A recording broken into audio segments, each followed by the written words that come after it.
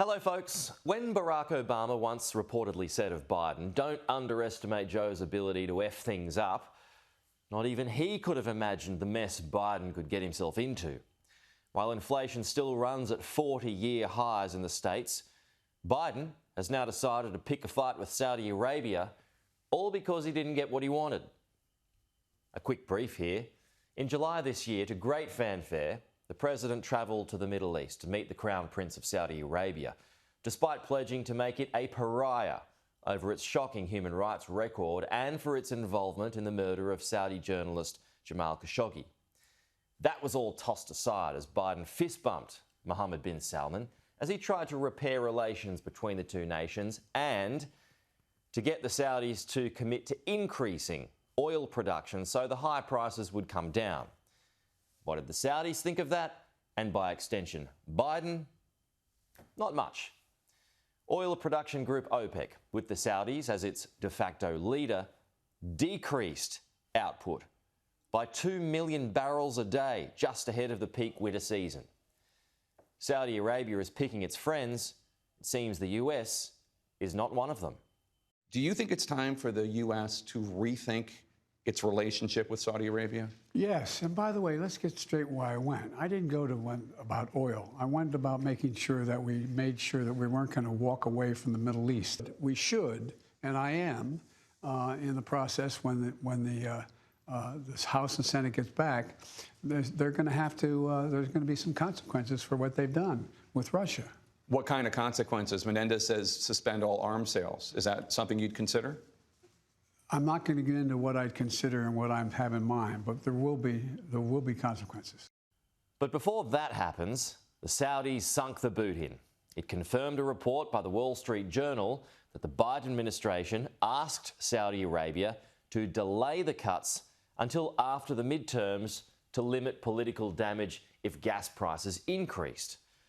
The Wall Street Journal quoted unnamed Saudi officials as describing the move as a political gambit by Biden ahead of the vote. In an editorial, the Journal posed this point.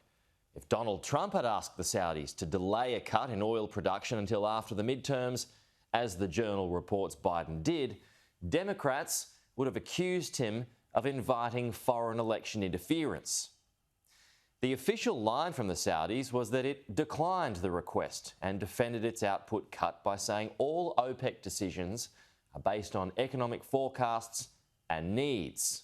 Saudi Arabia is not siding with Russia. Saudi Arabia is taking the side of trying to ensure the stability of the oil markets, which benefits consumers and producers alike. We have been doing this for decades. We try to make sure that we don't have erratic swings in prices.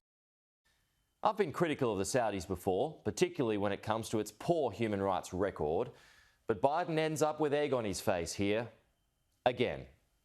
And I'm not entirely sure what the point of this escalation is. It'll upset the Saudis, it'll give fuel to his Republic opponents, and if pushing back is an attempt to blame someone else for America's domestic gas predicament, well, isn't that an own goal? Because all it does is highlight America's own vast energy resources, which, according to the American Petroleum Institute, includes about 90 billion barrels of oil and about 300 trillion cubic feet of gas that's still untapped. Biden said in a Washington Post editorial before that Middle East trip that he wanted to start a new and more promising chapter of America's engagement there. 3 months later, he threatens Saudi Arabia with consequences. And if a consequence is to limit arms to the Saudis, which is America's biggest customer and is something Biden has threatened to do before, well, that could backfire too, because maybe Biden has forgotten how much aid and assistance the whole Western alliance gets from the Saudis. According to the OECD, it's one of the largest providers of official development assistance in the Gulf region. And Biden should be careful with the pushback as relations between Russia, China and Saudi Arabia become warmer and warmer. But then again, as Obama said, don't underestimate Joe's ability, etc., etc. Thanks for watching, folks. To support this channel, please like, share and subscribe below.